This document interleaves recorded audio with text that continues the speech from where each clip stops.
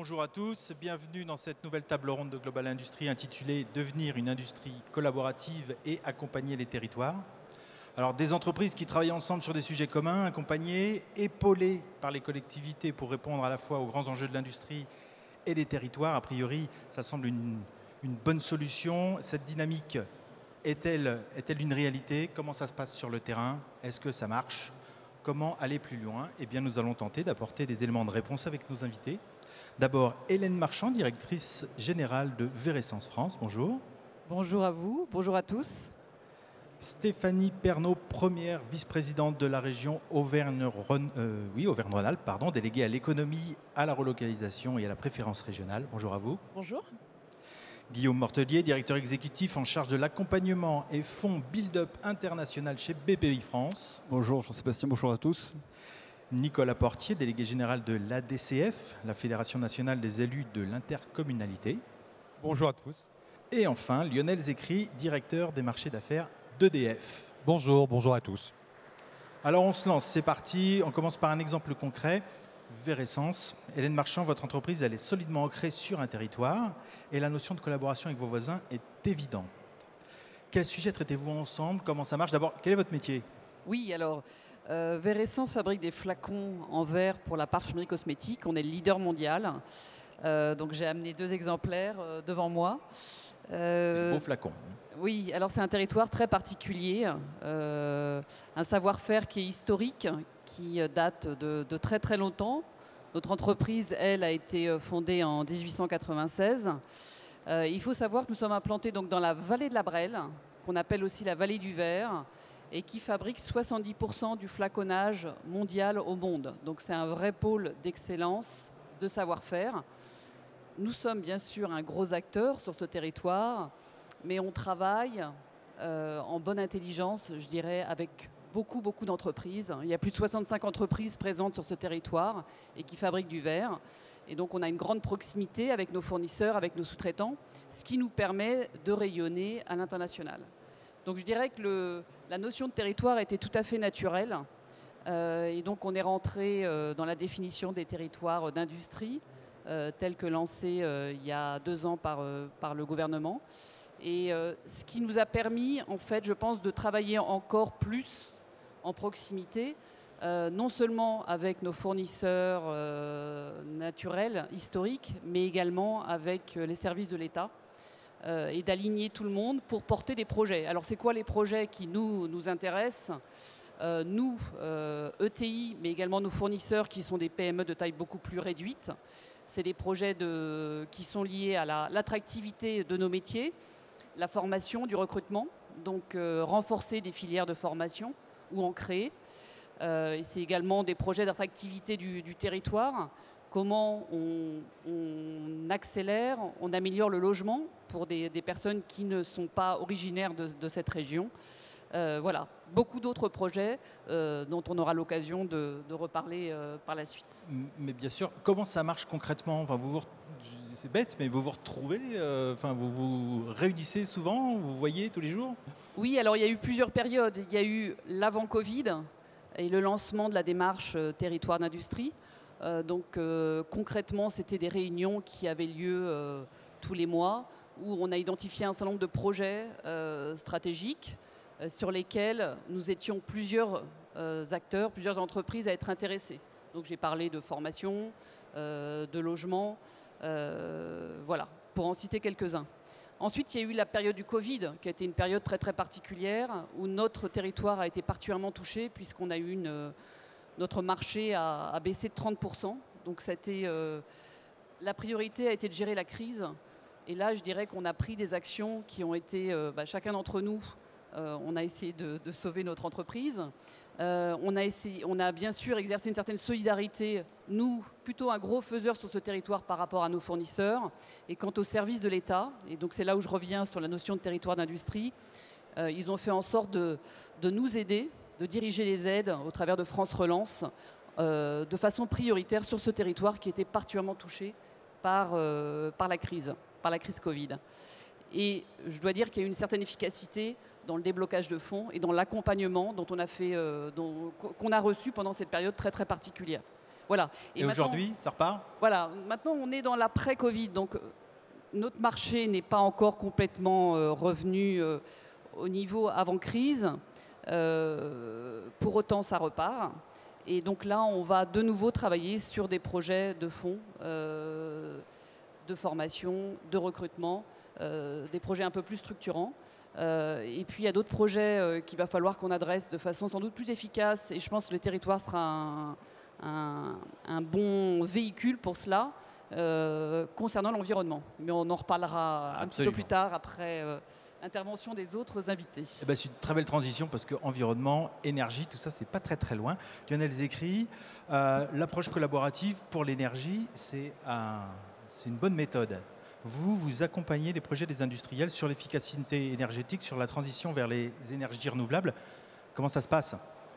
Oui, on accompagne les industriels, pas que les industriels, en fait, les différents acteurs du territoire, parce qu'on a une conviction, c'est que pour ce qui concerne la lutte contre le changement climatique, la maîtrise de nos émissions de CO2, l'entreprise et notamment les sites industriels, ce n'est pas un problème, ça peut être une solution. Il y a des solutions très concrètes qui ne s'incarnent que sur le terrain, que sur le territoire, qu'au plus près de nos clients. Et c'est pour ça qu'au-delà des engagements très forts que le groupe prend en matière de limitation de nos propres émissions de CO2, on s'intéresse à la manière dont nos clients consomment les énergies et dans la manière dont on peut les accompagner pour consommer mieux, consommer moins, en travaillant l'efficacité énergétique, vous l'avez dit, le développement des usages de l'électricité, parce qu'on a la chance d'avoir un mix en France de production qui est très faiblement carboné. Je pense au développement de la mobilité électrique, au développement de la pompe à chaleur, mais aussi au développement des énergies renouvelables. Et ça se fait vraiment de manière incarnée sur un site industriel ou un territoire.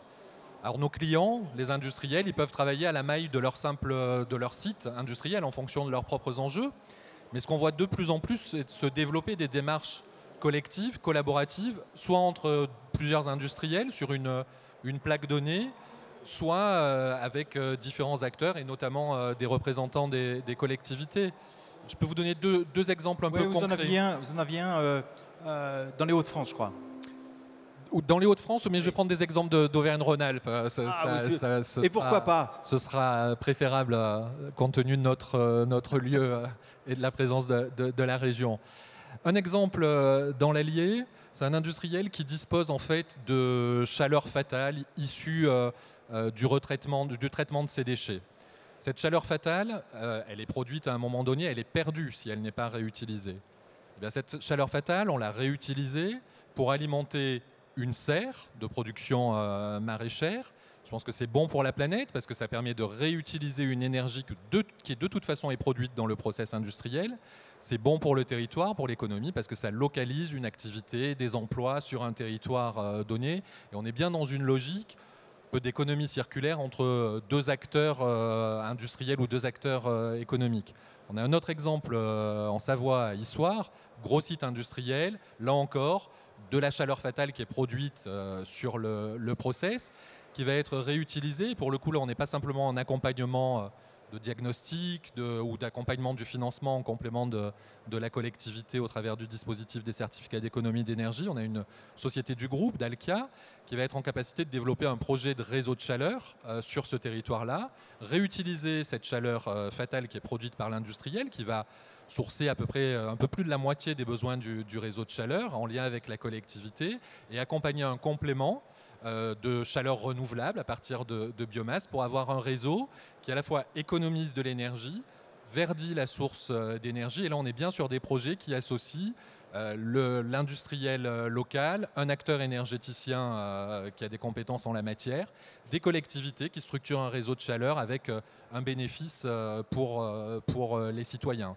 Tous les projets d'autoconsommation collective qui se développent aujourd'hui sont sur une logique collaborative. C'est des acteurs économiques, publics, privés, qui se mettent ensemble pour investir dans des panneaux photovoltaïques et se partager en quelque sorte la production. Donc les exemples se multiplient. La bonne intelligence. Votre atout là, dans ce genre de projet, c'est quoi? C'est l'expertise, c'est la proximité avec les gens, c'est la connaissance de leur métier? Je pense que c'est les deux. Il faut d'abord beaucoup de proximité. Et nous, on a la chance d'avoir un réseau qui est extrêmement présent sur tous les territoires, dans toutes les régions et dans les métropoles comme dans les territoires plus périurbains ou ruraux. Et je pense que c'est important parce que cette lecture de la carte territoriale, cette compréhension de ce qu'est le client, de ce que sont les contraintes de son process, etc., c'est absolument essentiel.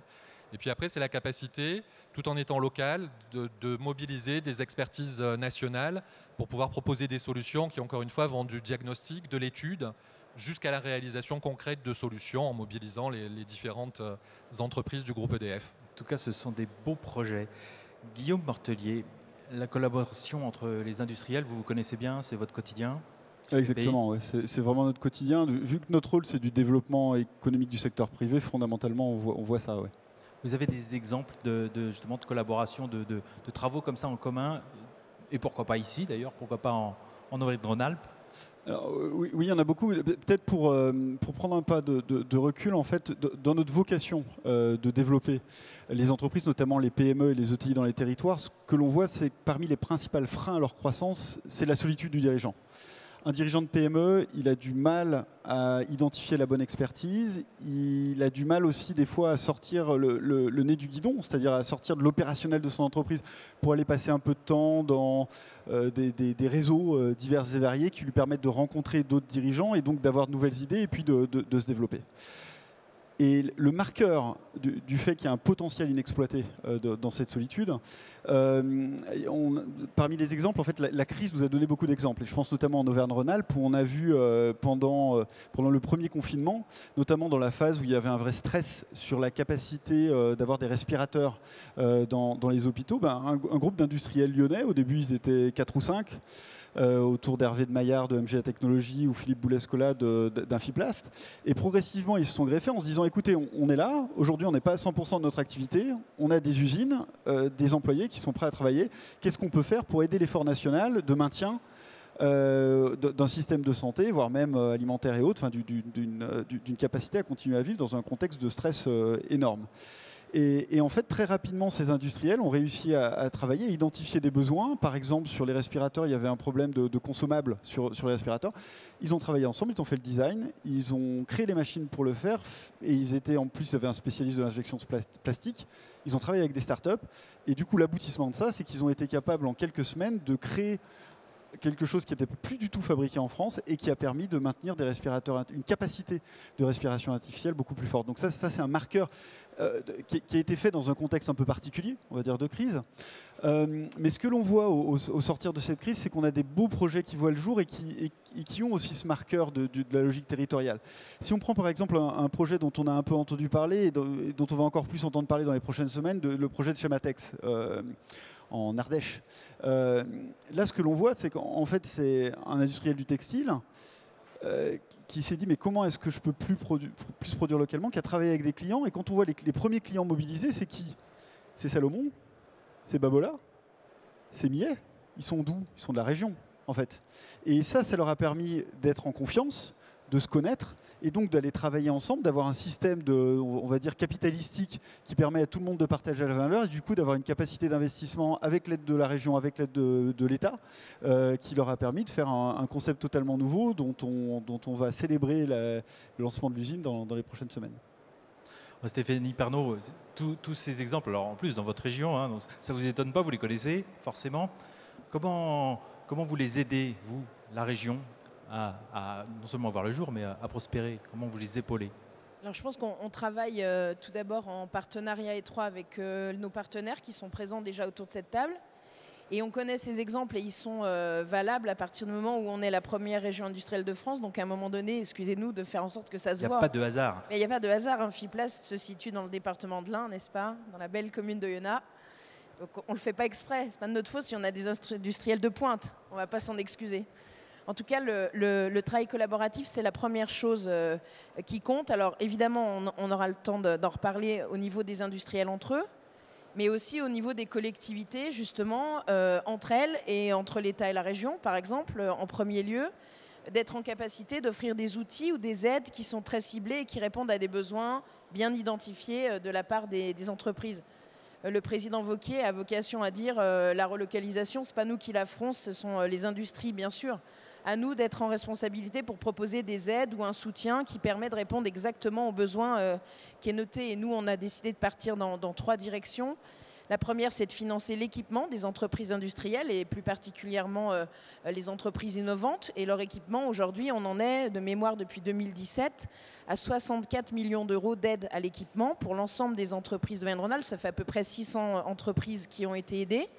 Ce n'est pas des financements qui sont donnés comme ça en disant ce que vous faites c'est très bien, c'est dans une démarche collaborative de développement et c'est un moment donné où ils doivent sauter une marche et l'appui de la collectivité est essentiel pour qu'ils puissent le faire. Et ça, c'est quelque chose qui compte.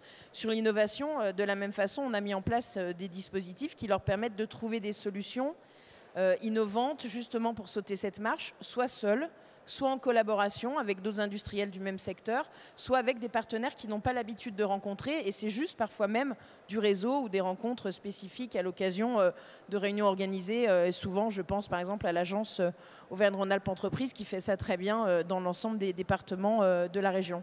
Et puis enfin, c'est la création du campus du numérique. On parlait d'innovation.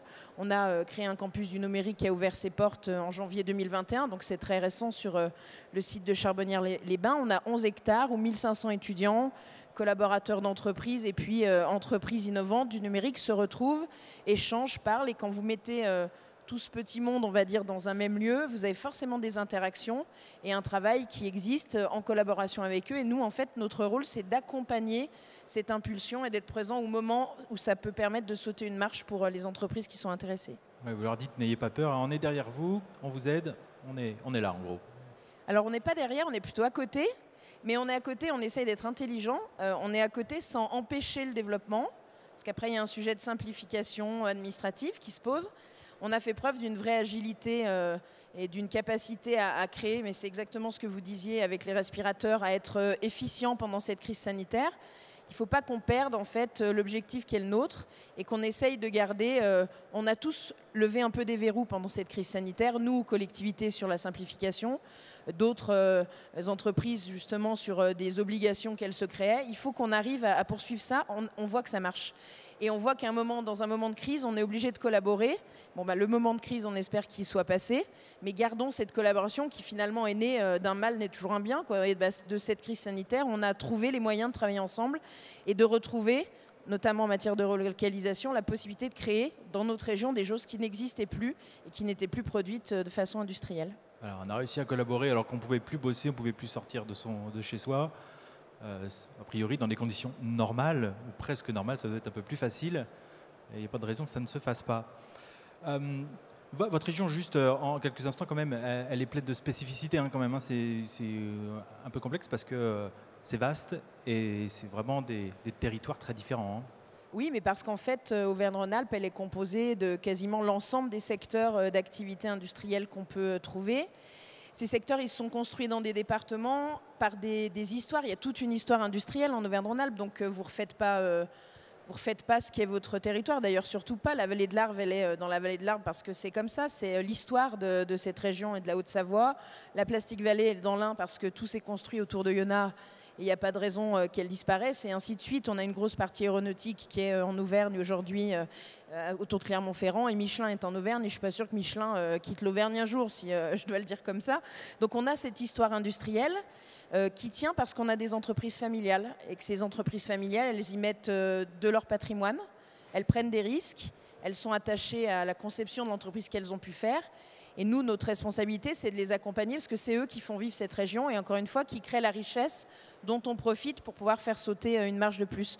Donc oui, c'est divers, oui, c'est très grand, mais on a la capacité aussi d'avoir des grandes entreprises qu'il faut accompagner. Et tout le monde est attaché à son territoire. Cette notion de territoire, la stratégie de reconquête industrielle, elle passe justement par les territoires, en particulier ce qu'on appelle les territoires d'industrie. Il y en a actuellement 148. Et c'est basé sur des intercommunalités, des groupes d'intercommunalités.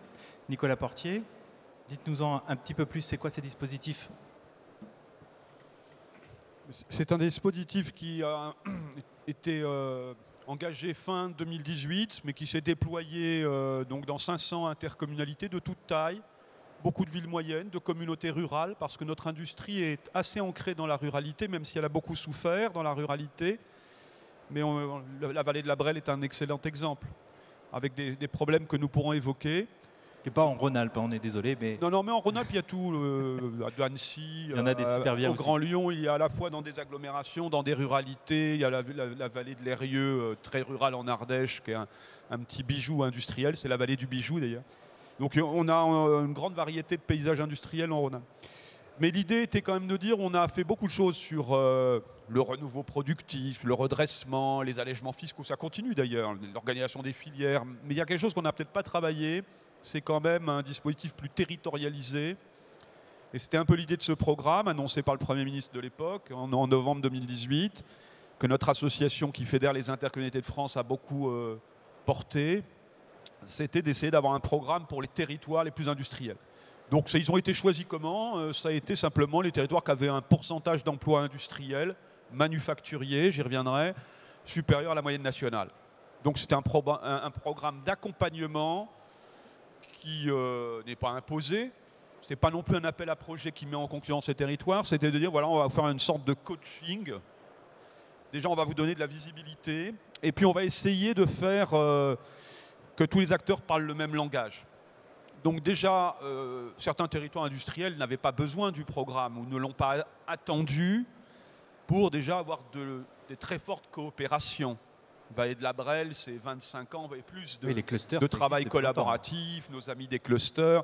Mais c'était de renforcer ces dynamiques, de les apporter, les insuffler là où elles n'existaient pas, de les conforter là où elles en avaient besoin, de les accélérer éventuellement. Et surtout, d'essayer de rassembler la nébuleuse des intervenants, tous bienveillants, mais très émiettés.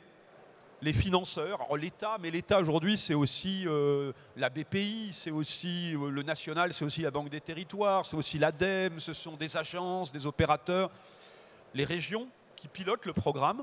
C'est un peu nouveau, l'État a proposé un programme national, mais dont il a confié l'animation aux régions. Et sur le plan opérationnel, les intercommunalités qui ont maintenant les compétences économiques importantes. Et l'idée c'était d'intensifier les coopérations privées-privées entre entreprises, entre établissements industriels, privé, université, lycée, on y reviendra, parce que les enjeux de recrutement, de culture industrielle, ça ne se décrète pas. Il faut travailler avec l'éducation nationale, il faut travailler avec le CNAM, il faut travailler avec les instituts de formation. Et beaucoup de choses se font et il faut continuer à intensifier. Privé-privé, privé avec l'université, privé-public, mieux dialoguer entre les élus locaux et les industriels, même si de mon point de vue ça a beaucoup progressé, mais il y a encore des choses à faire. Et public-public, entre régions, intercommunalités, États, différents opérateurs de l'État. Essayer d'avoir un écosystème mieux organisé, donner de la visibilité. Je crois que ça, c'est plutôt réussi au territoire d'industrie. Certains qui étaient des invisibles. Vous savez, on parle souvent des champions cachés. C'est vrai d'une part des industriels, de très très belles. Qui connaît en France, dans le grand public, la vallée de la Brelle qui fait 70% du flaconnage? Ne croyez pas qu'il y a des choses à raconter aux Français, parce qu'on est souvent aussi nous-mêmes dans le misérabilisme, le déclin inexorable. Et faisons très attention à ce discours décliniste, parce qu'après les problèmes de recrutement que nous voyons, comment vous voulez que des familles envoient leurs jeunes dans des formations industrielles si en permanence on ne parle que de désindustrialisation du pays? Donc on a un vrai sujet de réenchantement du modèle, de valorisation de ces territoires qui souvent sont très très fiers de leurs pépites industrielles. On est quand même plus fiers d'une boîte de 600 personnes qui vend aux quatre coins du monde ou dont on retrouve des pièces très techniques dans des grands engins comme des Airbus que simplement d'avoir une grande surface de plus dans son territoire. Donc ce qui fait l'identité d'un territoire, sa marque de fabrique, sa fierté, c'est souvent ça. Ce savoir-faire, et souvent ça vient du fond des âges. Hein. On le voit sur les verriers de la Brelle, on le voit dans beaucoup de territoires, la métallurgie, la plasturgie d'Oyonnax, c'est quand même des savoirs très qualifiés, souvent mieux payés d'ailleurs que les services résidentiels. Donc l'idée c'était vraiment de pousser ces territoires, et pour conclure ce propos liminaire, c'était d'essayer vraiment de pousser les acteurs à travers des binômes, un élu chef de file, un industriel chef de file, à coordonner l'écosystème et proposer des fiches actions. L'idée n'était pas de faire perdre du temps aux industriels, c'est de passer tout de suite à l'action. Et donc il y a eu 1500 fiches actions qui ont été élaborées courant 2019. On a eu très peur avec la crise sanitaire que tout ça explose en vol. Alors il y a eu des territoires qui ont été désorganisés, mais beaucoup ont au contraire utilisé territoire d'industrie parce que les acteurs se parlaient pour rebondir très très vite, se repositionner, et c'est ça qui est enthousiasmant. Et alors le plan de relance est venu, vous savez que lundi, le Premier ministre a annoncé des moyens supplémentaires, et Derek, c'est vrai que le plan de relance a beaucoup aidé parce qu'il a apporté des moyens que nous n'avions peut-être pas au début, qui ont permis de concrétiser beaucoup de projets, à la fois d'investissement industriel, mais aussi beaucoup de projets de formation, parce que dans les grands axes de ce programme, vous avez les enjeux de formation, répondre aux difficultés de recrutement qu'il y a partout en France, d'attractivité territoriale, d'attractivité des métiers de l'industrie, d'engagement, d'accélération de la décarbonation, de la transition écologique, de l'économie circulaire, des enjeux de simplification administrative et demain des enjeux aussi d'implantation territoriale parce que nous avons des problèmes fonciers, de recyclage de foncier industriel. Et ça, c'est le boulot, le cœur de métier des intercommunalités, c'est aussi où est-ce qu'on met l'industrie dans l'espace, dans nos villes, dans nos territoires, comment on fait face aux enjeux d'acceptabilité sociale pour arriver à localiser. Trop facile de se désindustrialiser et d'en renvoyer ailleurs des activités supposées polluantes. Donc c'est un outil de mobilisation, quoi, de mobilisation de tous les acteurs sur un territoire, et, tous ensemble, et on se voit bien que les entreprises nourrissent les territoires nourrissent les entreprises, quoi. Oh bah ça c'est évident, alors dans les intercommunalités on est bien placé pour le savoir parce que toutes les recettes des intercommunalités viennent des entreprises. Voilà. Mais là je parle vraiment de l'activité industrielle dont nous parlons aussi mais sinon vous savez entre le versement transport qui finance une bonne part de nos réseaux de transport, la cotisation foncière des entreprises, la CVAE, nous savons très bien ce que nous devons à nos entreprises et l'intérêt des élus pour développer dans un jeu gagnant-gagnant le tissu industriel qui, d'une façon vertueuse, va apporter des recettes fiscales. Il n'y a pas que les industries qui... Mais surtout quand on supprime la taxe d'habitation, il est certain que ça renforce le poids relatif de la fiscalité en provenance des entreprises. Mais le but des élus, ce n'est pas uniquement leur recette fiscale, c'est de trouver des emplois, de bons emplois. Parce qu'on ne le dit pas assez, mais l'industrie est pourvoyeuse de bons emplois et en moyenne mieux rémunérée que la moyenne des emplois. Et ça, on ne le sait pas assez. Et oui, il faut bosser dans l'industrie, quoi. Comment ? Il faut bosser dans l'industrie. Maintenant, on est pas assez qualifiés. Vous voyez tout ce qu'il y a dans ce salon en termes de machines, c'est très impressionnant. Et les métiers de demain, ce sont des métiers qui vont encore monter en gamme, en technicité. Et donc, ce sont des bons emplois, il faut le faire savoir. Donc, c'est un petit peu ces dynamiques-là que Territoire d'Industrie essaye de promouvoir. Et pourquoi le collaboratif ? Parce que par rapport à, on en parlait encore ce matin, des filières, nous avons une vision un peu verticale de l'industrie, un peu datée parfois. Un peu de la période fordiste, des grands champions nationaux qui tirent les sous-traitants un peu asservis. Je reviens sur la vallée de la Brelle, c'était Saint-Gobain, quoi. Je veux dire, ils travaillent tous pour Saint-Gobain. Maintenant, la vallée de la Brelle travaille pour des tas de clients. Oui, c'est fini, Zola. Oui, bah, c'est fini, justement, cette émancipation territoriale d'un gros donneur d'ordre unique. C'est un peu une bonne chose parce qu'on voit bien que tout ce qui est en train de se faire en termes de transition, de mutation, personne n'est prisonnier d'une filière unique, d'un métier unique, ou alors quand on a un savoir-faire, on peut le mettre au service de débouchés, de marchés très différenciés. Et donc c'est une bonne chose pour combiner une spécialité, une technicité, sans être uniquement monoclient, si vous voulez. Et donc voilà, il est très important d'arriver à faire dans les collaborations, et on en voit beaucoup sur la transition écologique, où des énergéticiens se mettent avec Michelin pour faire voilà, les mobilités de demain. Donc vous avez des combinaisons tout à fait étonnantes sur de savoir-faire avec les universités, etc., qui sont ce qu'est l'économie moderne. Hein. Et sur l'industrie, j'aimerais réenchanter un peu le poids de l'industrie, parce que quand on a une vision restrictive, c'est vrai que les dégâts ont été colossaux sur l'industrie manufacturière stricto sensu. Hein, on le voyait ce matin avec l'exposé d'Olivier Luanzi, on est descendu sous les 10% de l'emploi. Mais l'industrie, c'est le cœur de réacteur de beaucoup plus de secteurs de l'économie française. Parce qu'elle entraîne beaucoup plus que les autres compartiments de l'activité, tout ce qui est R&D, tout ce qui est bureau d'études, tout ce qui est ingénierie technique. Donc nous avons fait des études pour essayer de réintégrer dans l'écosystème industriel, Pierre Vels parlerait d'hyper-industrie, tout ce qui est entraîné par l'industrie ou qui travaille pour l'industrie. Et à ce moment-là, le poids relatif de cet écosystème industriel, très collaboratif, est beaucoup plus élevé qu'on ne le dit. La chute n'est pas si importante que ça. Stéphanie Pernaut, vous, dans votre région, il y en a 18, je crois, des territoires d'industrie. Alors, le temps court. Hein. Alors, ce que je voudrais savoir, c'est est-ce que ça marche déjà ? Comment ça marche ? Est-ce que ça marche ? Et puis comment on peut aller plus loin ? Qu'est-ce qu'on peut faire pour booster cette dynamique ? Alors oui, en Auvergne-Rhône-Alpes, on a 18 territoires d'industrie. Oui, effectivement, ça marche. Ça a été très bien dit tout à l'heure par Madame sur il y a eu 3 temps pour territoire d'industrie. Le premier, c'est l'installation qui a obligé à la collaboration avec une coprésidence, un industriel, un élu, donc qui oblige à se parler, pour être très clair. Et puis il y a eu un bouleversement de ce programme qui a été de se dire on sort un peu la tête du guidon et on se demande ce qui est un intérêt territorial au développement des entreprises industrielles dans notre secteur. Ce à quoi on n'a pas l'occasion de penser quand on est tout seul dans son entreprise. Et du coup, on a dû se mettre d'accord entre des stratégies politiques, entre des stratégies industrielles. Il a fallu qu'on trouve un pont entre les deux pour ce qui pouvait nous amener un peu plus loin. Ça a été très utile parce qu'on a peu de temps pour penser à ça.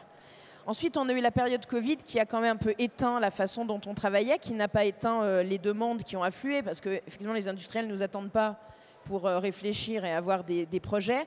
Mais ça a un peu éteint cette collaboration, évidemment, comme on a eu une période où peu de gens se croisaient, et ça a un peu cassé un peu la dynamique. Et aujourd'hui, on a, nous, pour le coup, là je parle uniquement région Auvergne-Rhône-Alpes, on a eu un travail collaboratif avec l'État qui était très intéressant sur l'instruction des dossiers, le travail qu'on a pu faire ensemble, et puis sur les échanges des intérêts territoriaux de l'accompagnement de l'État et de la même façon de l'accompagnement des régions. Et je pense que ça, c'est quelque chose qu'il faut garder. Pour aller plus loin demain, je pense que l'idée de ce dispositif, il faut le conserver. Il y a toujours une difficulté. Si vous n'avez pas d'argent, ça ne sert à rien de mettre en place un dispositif. Là, forcément, ça fonctionne. L'État a mis de l'argent. Donc, évidemment, quand vous avez de l'argent, vous le prenez et c'est assez facile. Qu'est-ce qu'on fera quand l'argent va manquer? Parce que quoi qu'il en coûte, on est passé à du sur-mesure. Donc, du sur-mesure, ça veut dire moins d'argent. Comment est-ce qu'on fait pour garder cette capacité d'innovation dans les mêmes territoires, en sortant la tête du guidon, mais en ayant toujours les problématiques d'un chef d'entreprise? Et comment on fait en sorte aussi, nous, pour le coup, collectivité, État, région, pour avoir des outils communs pour un meilleur travail collaboratif et une meilleure instruction des dossiers? La difficulté qu'on a aujourd'hui, c'est que ce programme étant terriblement attractif, on a eu beaucoup de demandes, donc on fera évidemment des déçus, puisqu'on garde l'exigence de la sélection, et évidemment il faut le faire, et qu'on aura des personnes qui auront demandé des accompagnements qui n'en auront pas. Donc il y a des choses à améliorer, mais honnêtement, si on en est déjà à se poser la question de l'amélioration, c'est que sur le principe, le système a très bien fonctionné, en nous faisant un peu sortir la tête, on va dire, de l'eau, si on peut le dire comme ça, et en permettant à chacun de s'interroger sur des stratégies territoriales et pas forcément des stratégies soit politiques, soit industrielles. Ouais, c'est une belle base de réflexion. Hélène Marchand, vous, votre territoire d'industrie, il fonctionne bien. On voyait, vous travaillez vraiment avec tout le monde et sur des aspects qui touchent vraiment l'ensemble du territoire. C'est quoi les prochains projets, les prochains plans, les prochains boulots sur lesquels vous allez vous atteler? Oui, alors déjà, je voudrais revenir sur des exemples peut-être encore plus concrets de ce qui s'est passé sur notre territoire. Donc, je parlais du plan France Relance dont on a bénéficié certains acteurs de ce territoire, et donc au milieu de la crise Covid, et qui va nous permettre, pour tous ceux qui en ont bénéficié, d'accélérer nos investissements, notamment investissement 4.0. On est un vieux métier, un métier historique, mais pour rester fort, pour garder notre domaine d'excellence, notre excellence, notre leadership, il faut qu'on continue à investir. Et en ce moment, il se passe beaucoup de choses, et c'est l'objet de ce salon, dans l'équipement industriel, que ce soit en termes d'automatisation, digitalisation. Et il faut qu'on aille très très vite, et il faut qu'on arrive à transformer nos équipements. Donc on a un gros enjeu, et c'est pourquoi on a été accompagné par France Relance dans le cadre des territoires d'industrie. Alors, c'est quoi les priorités actuellement? Ça reste ce qui était avant la crise, c'est-à-dire, et j'en ai parlé, c'est le recrutement, l'attractivité du territoire. Comme le disait Monsieur Portier, l'industrie, et c'est vrai que c'est très paradoxal, on en a une image assez négative, mais l'industrie, on a des niveaux de salaire qui sont effectivement assez attractifs. Et je dirais, moi, la deuxième chose qui est encore plus importante pour moi et pour mes équipes, c'est qu'on fait évoluer. C'est-à-dire qu'on est des écoles, on forme. Nous, à Mers, les Bains, notre usine verrière, et également sur nos sites de parachèvement, on a des écoles, des formations. Donc on peut intégrer des gens non qualifiés, ou en échec, ou en reconversion, et ensuite les faire évoluer. Et on a quand même quelques exemples d'ouvriers qui sont arrivés chez nous et qui ont grimpé toutes les marches et qui sont devenus responsables de prod. Voilà, et ça arrive assez souvent. Mais il faut les loger, ces jeunes, d'ailleurs. Mais il faut les loger. Et alors ça, c'est aussi un exemple où il y a eu des projets qui se sont concrétisés très rapidement. Donc, par exemple, près de notre usine, il y a eu 10 logements qui ont été créés pour des jeunes, notamment des jeunes ingénieurs, ou des jeunes techniciens. Voilà, c'est fait, ça a été très vite et on a besoin d'en faire encore davantage pour pouvoir effectivement héberger les gens qu'on souhaite recruter. Alors, la crise Covid, ça a été difficile, mais déjà on recrute de nouveau. C'est-à-dire qu'on a 50 postes vacants sur nos 3 sites français. Et voilà, parfois on a du mal à recruter donc des ingénieurs, des techniciens dans la maintenance, dans les métiers de la logistique. Enfin, c'est vrai pour nous, mais c'est vrai aussi pour tous les industriels. Et il faut qu'on arrive à vendre davantage, à parler davantage de nos territoires, de l'histoire autour de ces territoires, de l'excellence de notre savoir-faire, pour pouvoir attirer et également qu'on puisse utiliser ce vecteur des territoires d'industrie pour pouvoir accueillir nos futurs recrutés dans les meilleures dispositions possibles ou travailler avec les écoles, les lycées pour pouvoir adapter les filières de formation afin de pouvoir intégrer plus facilement les personnes dont on a besoin demain pour venir travailler chez nous. Il n'y a pas qu'en Auvergne-Rhône-Alpes qu'il y a des belles usines qui font des super beaux produits. Lionel Zecri, vous, dans vos projets, vous aidez les entreprises, vous les accompagnez. Qu'est-ce qu'on peut faire pour les aider mieux, pour que ça se passe encore mieux ? Ça a déjà été un petit peu abordé dans différentes interventions. Moi, je suis on est en contact avec beaucoup de PME, ETI sur les territoires. Vous parliez de la solitude du dirigeant. Je crois qu'on a un enjeu de simplification des dispositifs. Il y a beaucoup d'argent autour du plan de relance. C'est très bien structuré.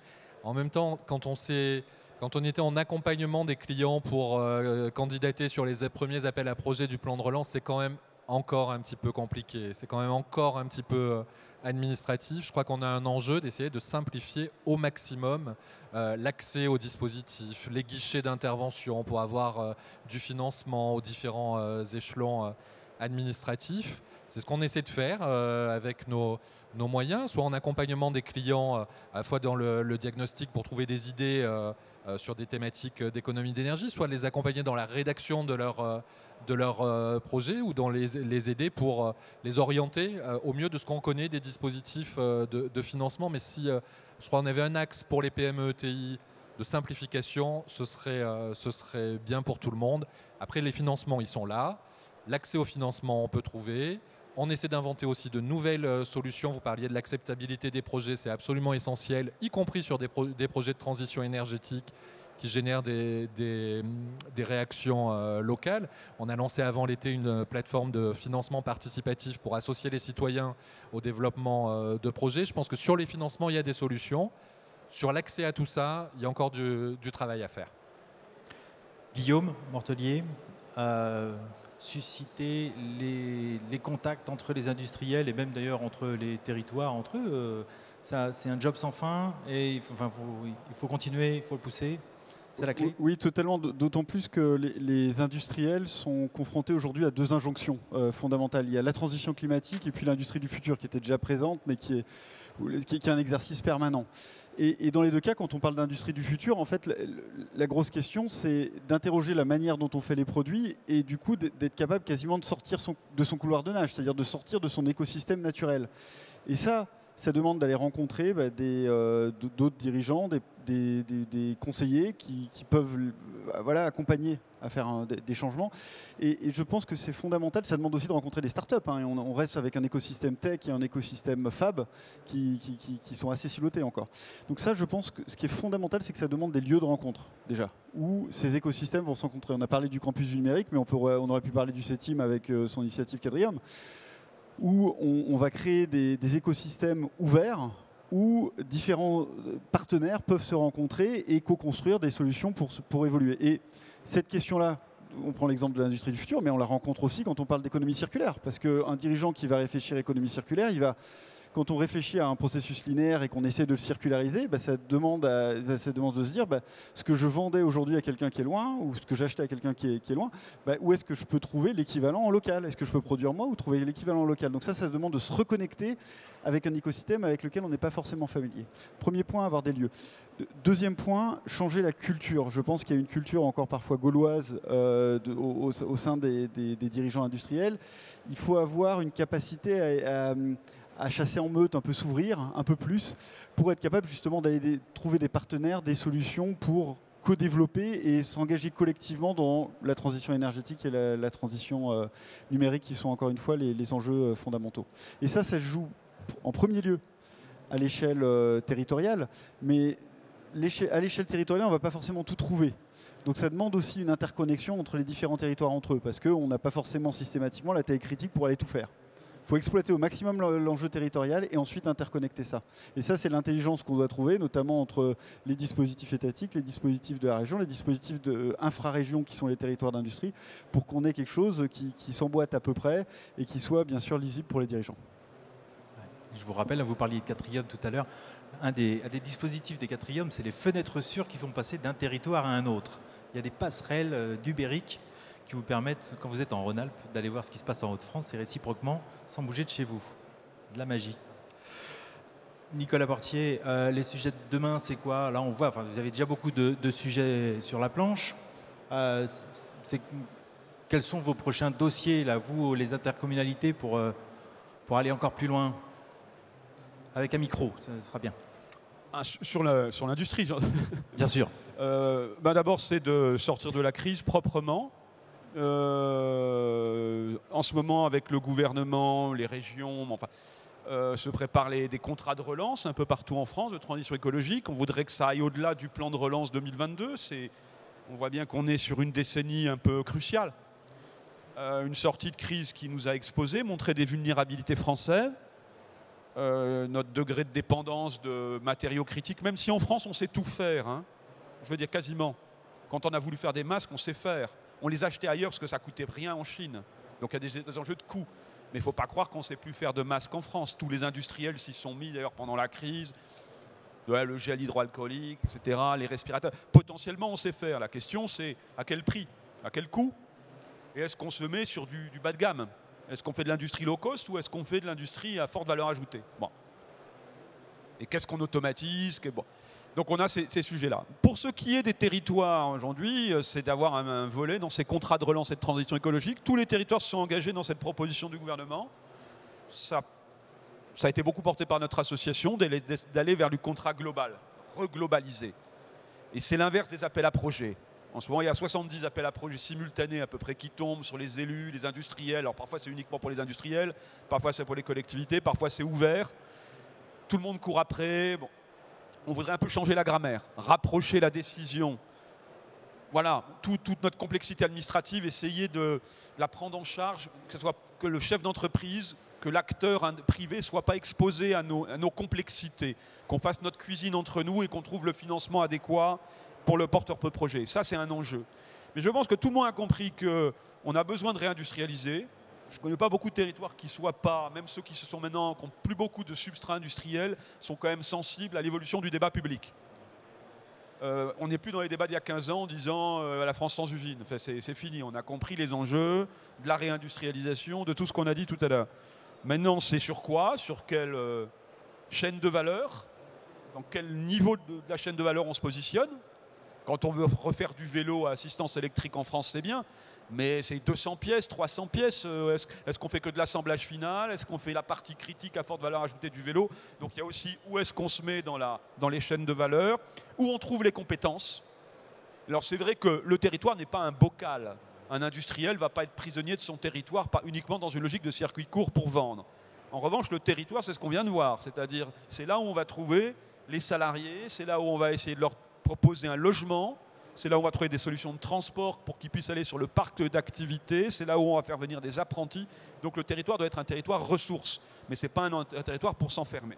Et alors pour bien vous répondre sur les priorités, c'est ces contrats de relance, et je pense qu'il y a un sujet majeur, c'est le lien réindustrialisation, transition écologique. Il y a un risque majeur, c'est de les mettre dos à dos. Moi, je travaille beaucoup en ce moment sur la stratégie nationale bas carbone.